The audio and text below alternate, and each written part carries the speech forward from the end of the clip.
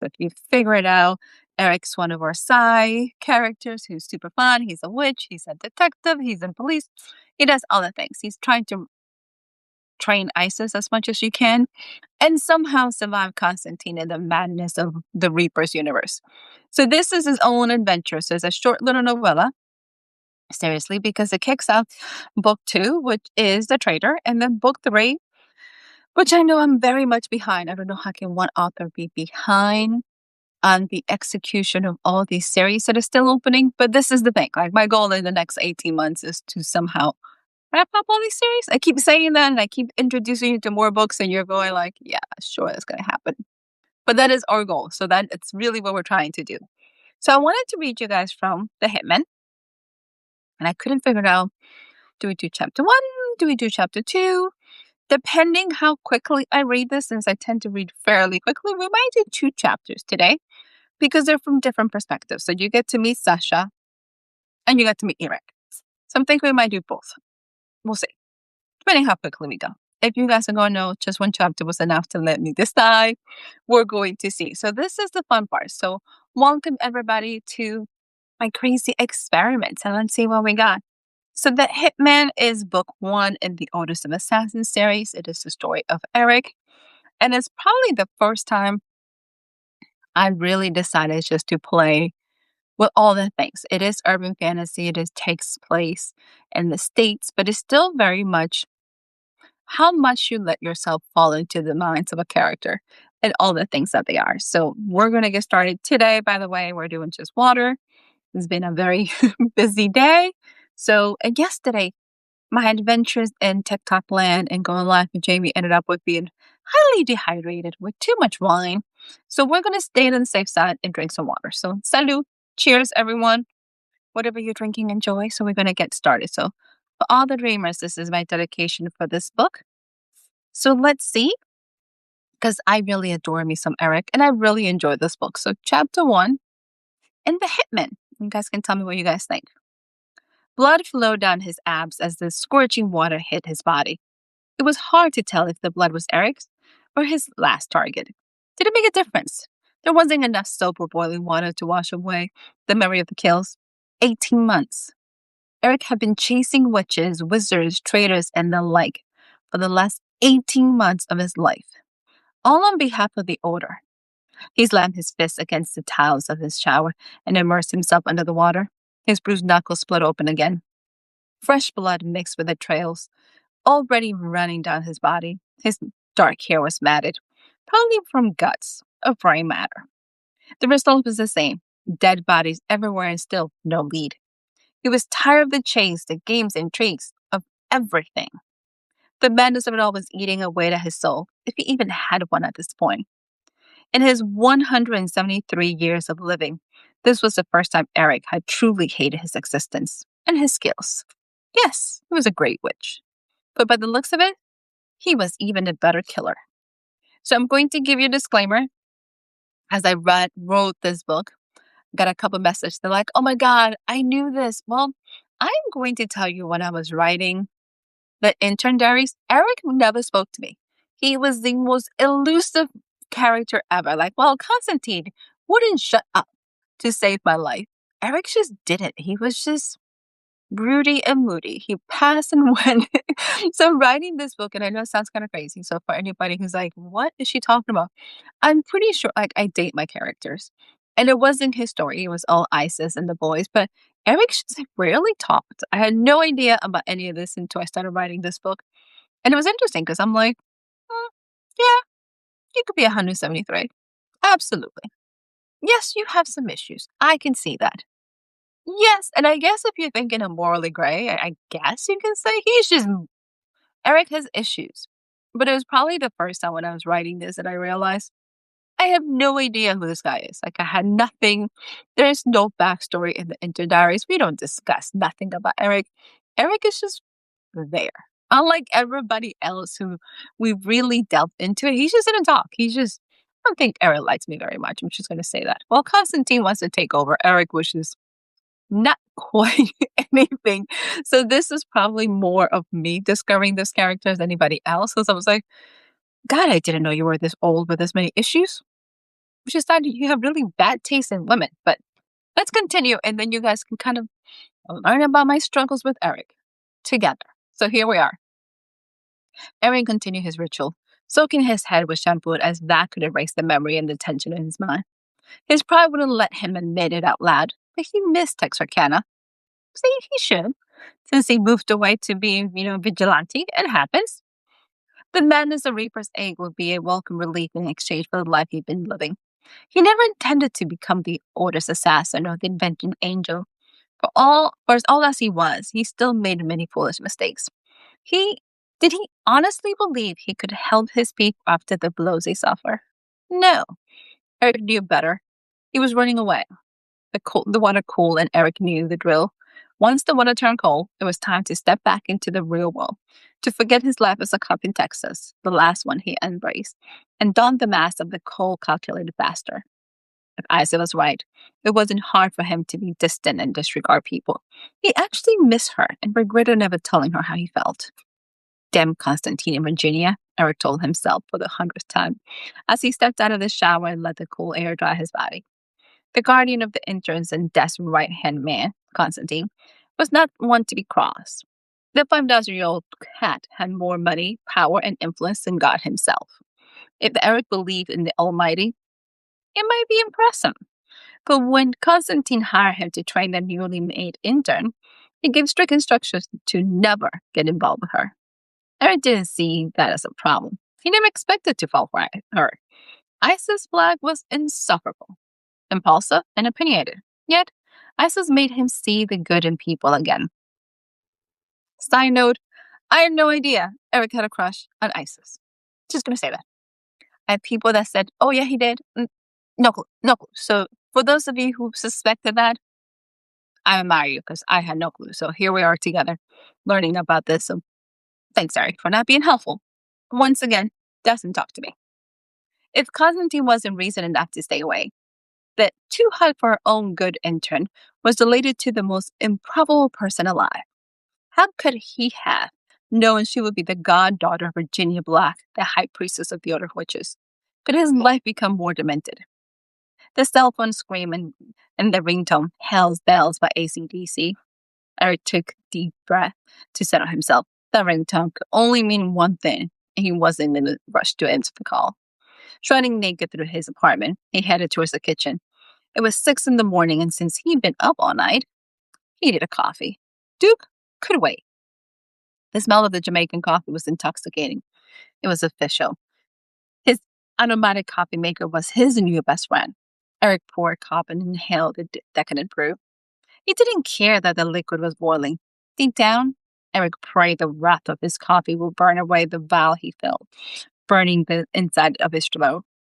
No luck, Eric told himself, just as his phone rang again, causing his insides to turn. I know you're ignoring me. Duke's heavy European accent came across the speakers as soon as Eric connected. I just got in, Eric replied. You can't possibly have another lead for me. I have something better, Duke said. Doubt it, but let me hear it. Eric placed the cup down and used his powers to heal his wounds. The skin on his hand mended, and he could feel his ribs snapping back in place. If he was going to go out again, he didn't have time for natural healing. Eric doubted he'd remember how that actually worked anymore. Are you listening to me? Duke shouted. Eric had blocked the man out and missed all the details. Sorry, man. I was trying to heal here. You're great at that, Duke admitted in his softer tone. You should have been a healer instead. Instead of an assassin, Eric finished for him. Both men avoided the conversation, knowing it was pointless to dwell on bad choices. Regardless of how many times you fix the body, humans always died.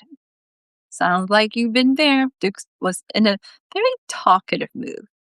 Eric was not. What's the lead, Duke? I want to crash before I face another battle. We found him, Duke whispered. Are you sure? Eric knew exactly who Duke was referring to. The arrogant bastard thinks he's untouchable, Duke continued. He's collecting an army of lowlifes, wannabe witches with no talent. You need to take care of Raphael. The priestess wants his head on a platter. Didn't think Virginia was one for channeling her inner Salomon. Eric smirked. Didn't blame their leader. Too many good people had died because of Raphael's betrayal. That might be the only Bible reference she ever quotes, Duke answered.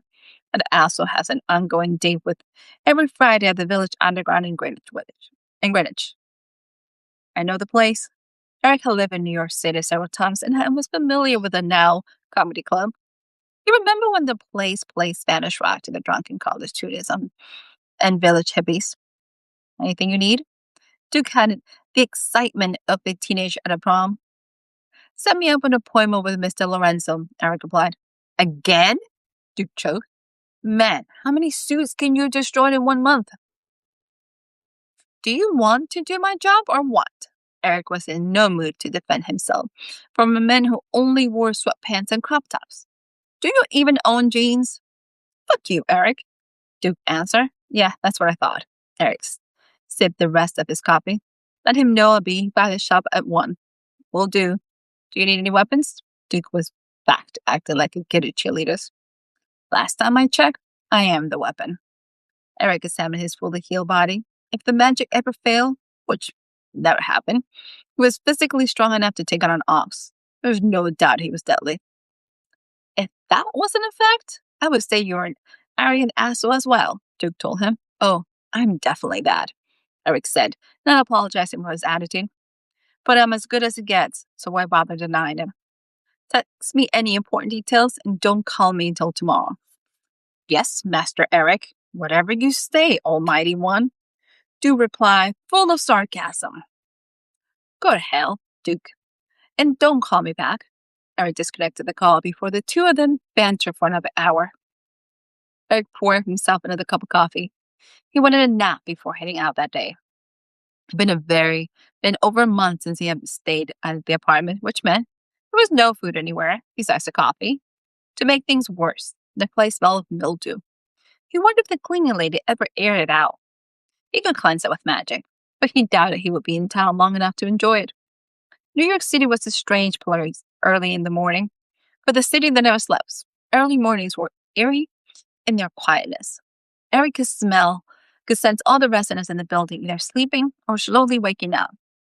He let his senses trail the enchantment and security around his apartment, needing to make sure no person or thing could sneak up on him while he slept. Taking one last sip of the coffee, he headed for bed. He didn't bother with clothes. After everything he'd been through, modesty was something he cared nothing about. So, that was chapter 1. As you guys can tell, it's super quick. It's a super fast novella. And since we're here, cheers, by the way, I am going to read you chapter 2. So you get to meet Eric in chapter 1. And yes, I know nothing about Eric. So if you guys had read the rest of the series and thought Eric was in love with Isis and all those things, congratulations, you beat me because I had no idea. Eric is a legit mystery. But I get to introduce to another fun character, which is Sasha. And I adore me some Sasha. Since I was So the series is going to go take us back to Salem. So I am a Salem kid. So yes, we're going back to Witchtown. Because it's the order of the assassins. Come on, he's the assassins for all the witches. So you have to go back to Salem. Because why not? And being from Salem absolutely is probably one of my favorite cities because I adore it. I always find Salem to be like picture perfect. I don't know how to describe it. It's New England in the fall is gorgeous and everything and all the things. So I had an opportunity. I'm just going to be honest with you guys. I made a promise to my mother, which I didn't realize she would remember, that I was going to have a series that took place back home. That's kind of the joke. So when I was getting ready to research this series, my mom's like, I thought you were going to have a book based in Salem. And I was like, oh, I did. I did indeed. I did say those things to you. And I realized that you remember those things. So here we are. So while book 1 in this series is in New York City, because I went to NYU, why not? So it's all my favorite places. Book 2 takes us to Salem. So you're going to go back and forth between the two. Because I think it's super fun. So let me introduce you to Sasha. And because this series is really for my mother because she reminded me that I got to do all the things. And who says no to mother sometimes? I decided to play a little with the family. So I decided to just throw my family in here. And when I say that very, very loosely. So places I grew up, last names and things like that. I don't think my family's technically featured in here. Maybe. Don't tell my mother that much. So I'm going to introduce you to Sasha and kind of the rest of it. And then we'll set you up who the main characters for the series are. So here we go. Because I adore me some Sasha. So chapter 2. This is a Hitman. It is the Otis Assassin series, which is book 1 in this series. And book 2 happens to be The Traitor. Book 3, which actually is Deployed, eventually is coming. I have a really awesome cover for it. So we eventually need to commit to that. So here we are. So chapter 2. Sasha, if you screw this up, I'm going to skin you alive. Ralph screamed through the phone. When have I ever let you down? Sasha asked, her voice as sweet as honey. Every day, Ralph shouted even louder. Every fucking day. If you don't kill that demon, I'm going to dock it from your paycheck, you worthless shapeshifter. What? Sasha screeched. Why do you have to get that personal? You are the worst excuse for an assassin I have ever hired, Ravel continued to chastise. I'm the only assassin you could afford, Sasha said in a softer tone. Girl, don't make me hurt you, Ralph told her. Get the demon and report back to me. Is that clear? I have many people who want that one dead. Yes, sir, Sasha saluted the phone, knowing that he couldn't see her. Ralph disconnected the call and Sasha dropped to the ground. She'd been stalking her prey for over 6 hours. He was still inside an Indian restaurant in Midtown. Why was the demon hanging out at a restaurant? It wasn't like he ate food. Sasha tugged one of her brown curls away from her face. She was freezing. Her Dominican blood was not comforting to the freezing temperatures of New York City in December. She refused to rationalize the fact that she had lived in New York for most of her life. In her blood, she was still Caribbean. Focus, Sasha, she whispered to herself. Easy kill. You can do this. You are helping the world by getting rid of one more demon. Who cares? He has done nothing. He has done no harm to you. You are a freaking assassin from an honorable clan of assassins. I have no idea if assassins actually have to give themselves pep talk. Let's be honest. No clue. But she has some issues, so she does need to talk to herself. So we should gonna just give her that one. So she's trying really hard to convince herself that she can do this job. At least that's what she keeps telling herself. Sasha stood and wiped the back of her shirt. She cracked her neck and allowed her bones and muscles to adjust. Who am I kidding? Sasha dropped her head to her chest. I hate my job. Why didn't I become a sniper?